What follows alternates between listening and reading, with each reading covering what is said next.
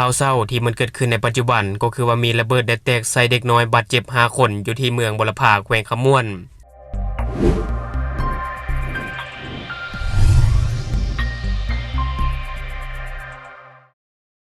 สบายดีท่านผู้ชมยินดีต้อนรับเข้าสู่รายการ Talk the New และหัวข้อข่าวที่ข้าพเจ้าอยากจะนำเสนอในมื้อนี้ก็จะมาเว้าถึงเหตุการณ์ที่น่าเศร้าสลดใจที่ว่ามันเกิดขึ้นเกี่ยวกับอันตรายระเบิดที่ยังบ่ทันแตกที่ยังตกค้างจากปางสงครามซึ่งว่าข่าวตัวนี้ข้าพเจ้าจะมาจากเพจประเทศลาวที่ว่าเขาจะได้ลงเอาไว้ก็คือในเมื่อวันที่20พฤศจิกายน2025ที่ผ่านมาได้เกิดอุบัติเหตุระเบิดได้แตกใส่เด็กน้อยอยู่ที่บ้านหินลับเมืองบรพาแขวงขม่วนเห็นให้เด็กน้อยชาย5คนได้บาดเจ็บซึ่งว่าผู้ถือขอให้เด็กชายทั้ง5คนนี้มีอายุ8ปี3ปีและ12ปี2คนซึ่งว่าสภาพการบาดเจ็บ4คนได้รับบาดเจ็บสาหัสและ1คนได้รับบาดเจ็บเล็กน้อยซึ่งอิงตามบทรายงานเบื้องต้นของห้องการคณะกรรมการคุ้มครองแห่งชาติเพื่อแก้ไขปัญหาระเบิดบ่ทันแตกที่ยังตกค้างอยู่สปป.ลาวซึ่งว่ากลุ่มเด็กน้อยทั้ง5คนนี้ได้พากันไปขุดกระโปและก็ได้พบเห็นวัตถุโลหะทั้งผู้ชมโดยความบ่ฮู้ว่าโลหะน้อยๆนั้นคือลูกระเบิดหรือว่าบอมบี้ประเภท BLU-26 ที่ว่ามีอนุภาคร้ายแรงพวกเขาจึงได้แตะเบิ่งโดยความอยากรู้อยากเห็นจึงเป็นสาเหตุที่เฮ็ดให้ระเบิดแตกขึ้นซึ่งในปัจจุบันห้องการคณะกรรมการคุ้มครองแห่งชาติเพื่อแก้ไขปัญหาระเบิดบ่ทันแตกที่ยังตกค้างอยู่สปป.ลาวได้เร่งประสานสมทบกับภาคส่วนที่เกี่ยวข้องโดยเฉพาะแม่นอำนาจการปกครองท้องถิ่นและองค์การจัดตั้งสากล JSI ภายใต้กองทุนช่วยเหลือผู้ถูกขอให้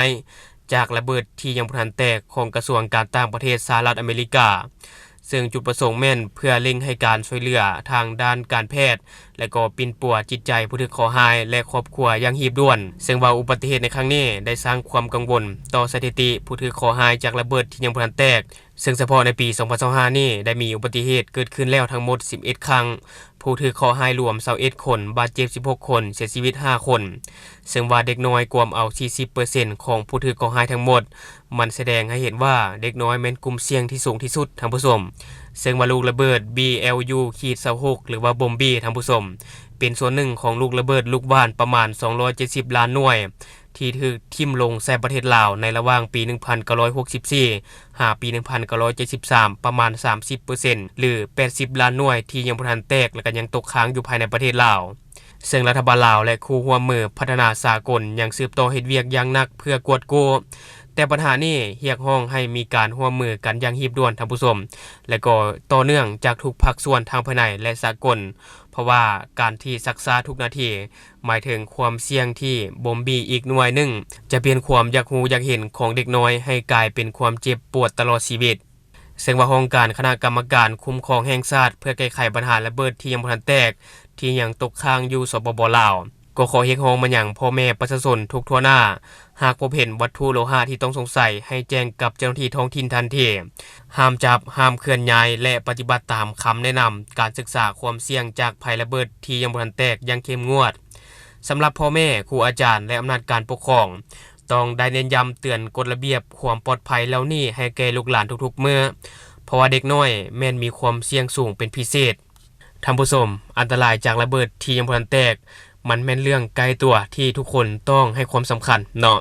ขอให้พวกเฮานี่นะจงร่วมใจกันปกป้องลูกหลานของพวกเฮาให้ปลอดภัยจากอันตรายที่ยังตกค้างจากสงครามซึ่งว่าในปัจจุบันก็ต้องยอมรับเลยเนาะระเบิดที่ยังบ่ทันแตกนี่นะถือว่ายังมีหลายอยู่ในสปป.ลาวเฮานี่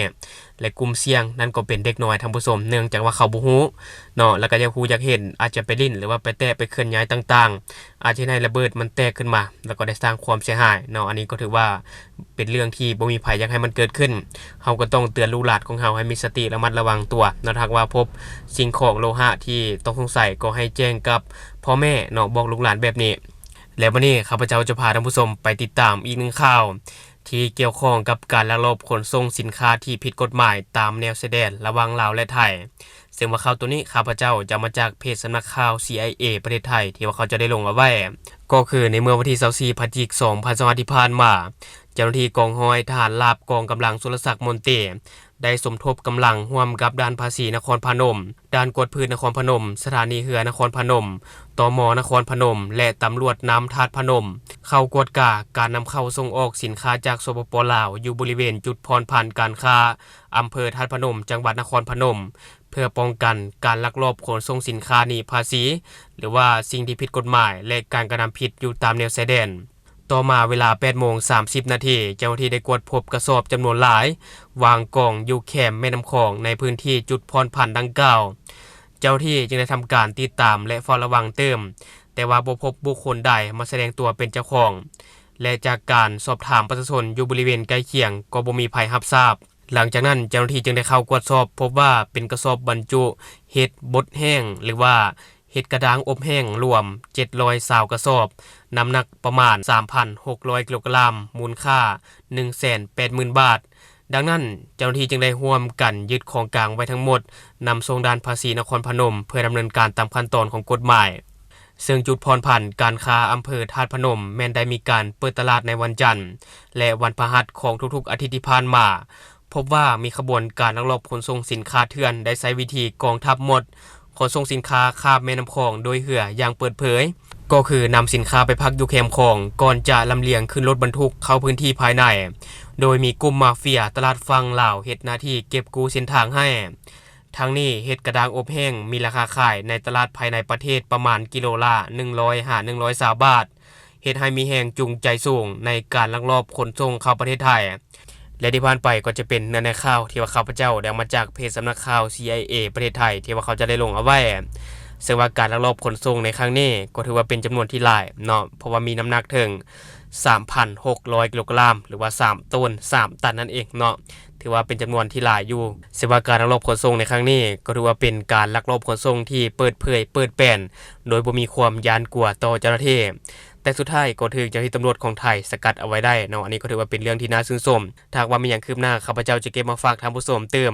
สำหรับท่านผู้ชมคนใดที่เบิ่งคลิปของเราแล้วยังบ่ได้กดติดตามช่องยังบ่ได้กดกระดิ่งแจ้งเตือนก็อย่าลืมไปกดเพื่อเป็นกำลังใจให้ข้าพเจ้าได้ผลิตคลิปดีๆแบบนี้ออกมาเรื่อยๆหรือสำหรับท่านผู้ชมคนใดอยากตามนิติเตียนก็สามารถฝากไว้ได้ภายใต้คอมเมนต์ของเราแล้วเราจะเข้าไปอ่านและก็ตอบแลกเปลี่ยนประสบการณ์นํกันอย่าลืมสนับสนุนกันด้วยการกดติดตามช่องขอขอบใจ